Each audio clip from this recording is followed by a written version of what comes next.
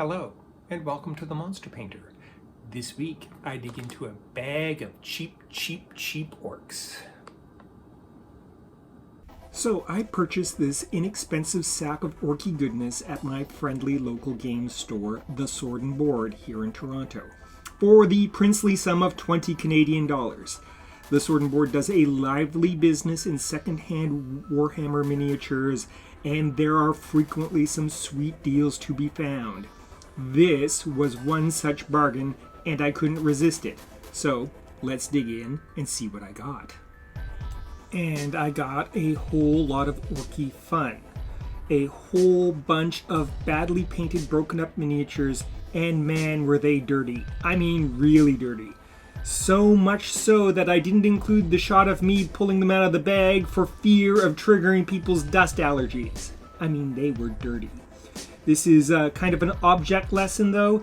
Even if you have the Warhammer crown jewels, you're not going to get much for them if they are a dirty, broken up mess in a bag. And of course, bargains usually come with an opportunity cost. It's going to be a lot of work to get these ready for the table. And yeah, let's get at it. We'll start with a closer look at the models. And here comes the standard bearer for the $20 Waaagh, followed by a very nice variety of Ork Boyz. They are all destined for the job of pirates in Stargrave, a role space orks are immensely suited for, and I am sure they will enjoy it a great deal.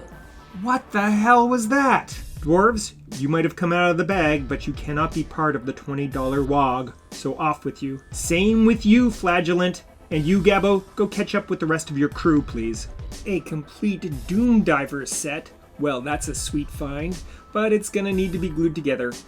And here come the Wolf Riders. The first two are in pretty good shape. Just a small repair, but the rest are in pretty rough shape. So we get a wolf without a rider. I think this fellow is the captain. The next two riders are in pretty rough shape and they're very dirty. They are complete, however, but there's not going to be enough tails to go around. Finally, we have one more wolf without a rider, and there you have it, the $20 Waaagh. Now let's get to work. And did I mention these miniatures were dirty? I mean extremely dirty.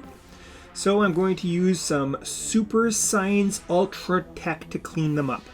A little flowing water and a bit of a rub with a paintbrush should do the trick nicely. I'm going to repeat this on every single model that came out of the bag, and then they'll be ready to assemble and paint up. Now, of course, once everything is assembled, there is a mitt full of parts that are incomplete and won't be part of the project. So off they go to the bits box. Goodbye, bits. Now everybody is all clean and assembled, and it's finally time to get going. Personally, I believe there are no badly painted models, just unfinished paint jobs, and this is the approach I will be taking with the $20 Waaagh. The first step on all of these models will be to dry brush on a light yellow-green mixture of sap green and Naples yellow to all the skin of our green skins. This will bring out the details and the character of our orcs and goblins, and they have a lot of character, so it's something I should do. It's also here that I start to realize that I have bitten off more than I can chew. Way more than I can chew. Next up, I will add a thin wash of raw umber, a cool dark brown color, to all the light colored garments on these boys. This will again bring out the details and character of the model and somewhat ironically make them look a little more dirty and gritty.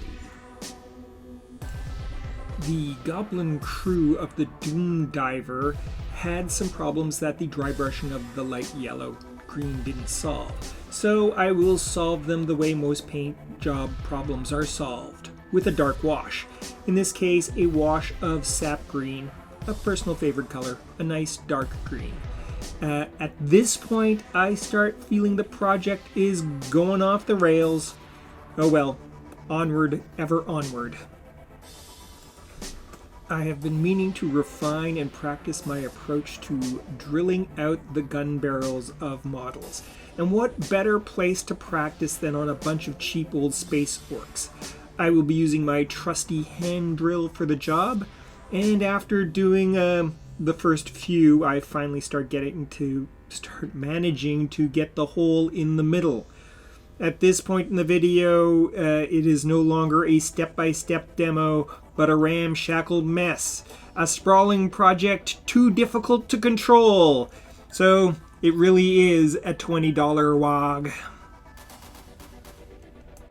The Doom Diver catapult and the Ork chariot are both largely made out of wood, so in order to make them look more like wood, I will dry brush on a layer of bronze yellow, a warm yellow-brown color, and my favorite for depicting wooden structures on models. These things have a lot of nice texture on them, and the dry brushing will really make that pop. It is here where I realize there is no chance I'm going to finish everything in this project. I had sworn to myself to keep my videos simple with clear, defined, and manageable projects. But when I got this bag, I really got excited, and I leapt right in. But it's too much, it's too big, it's too hard, it's too out of control. The $20 Waaagh is turning into a train wreck, just like most Waaghs end up. Now back to the boys. I am not a fan of the bloody, gory axe-style paint jobs. Sure, some people can really pull off this gruesome style, but it's tricky.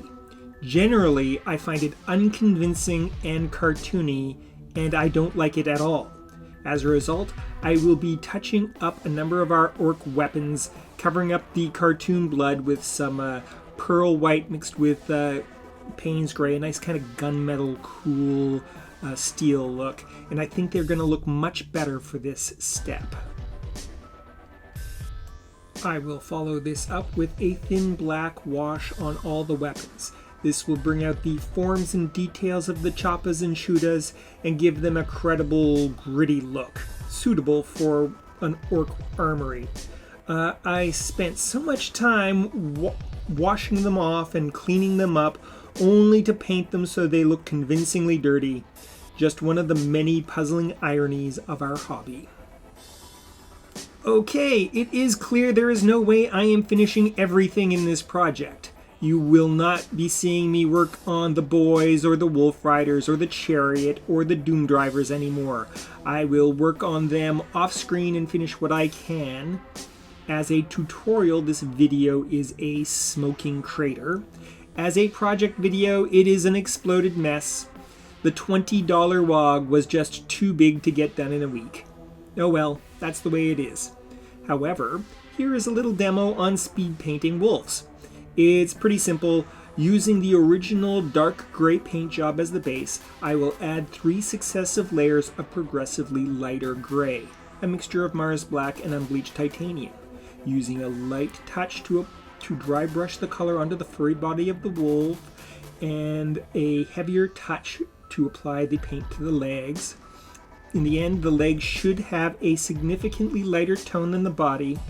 This is a quick, convincing approach to painting wolves. I will add the details off screen, and now it's finally time to look at the results of this rather frantic painting project. Here we go. Obviously I haven't done anything to any of the bases, so that will need some work for sure. But the boys themselves turned out well. I'm particularly pleased with how the banner turned out. A little wash to give it form, but preserve the charming freehand original. These boys look like they are ready to chop and smack anything that gets in their way. And these lads still need a little work, but they are looking fierce. I will be futzing up the details on these boys, but they look ready for a firefight right now. And the last two only need a few little touch-ups. I'm thinking that old charioteer will be getting new work as a squig herder. The wolf riders definitely need more work, particularly on the wolves themselves. I don't have any tails for them, so I might style them up as bears. I think that could solve the tail problem and would be a lot of fun. The two riderless wolves got the only 2 tails, and once their bases are done, they are ready to hunt the dark and forbidding forest. The Doom Driver crew looks good, and they're ready to man their insane contraption. The Doom Drivers themselves, however, are a long way from being finished. There's a lot of work to do on them. I have a good start on the catapult, but the Doom Diver is such a zany, fun piece of ordnance that I really want to style it up and make it look good. So, lots more work there. As a whole, the Doom Diver looks pretty good, but it definitely could look better. I hardly touched the big boars, so they will need some work. They aren't very complicated, so it shouldn't be too difficult. As far as that motorcycle chariot goes, well, it's emblematic of how I bit off more than I could chew. I mean, really, it could be a video all on its own. And there you have it. The $20 Waaagh! Next week on The Monster Painter, I'm going to try to finish up that gothic dollhouse I've been working on. Remember to like, comment, subscribe, and ring the bell. Ring the bell.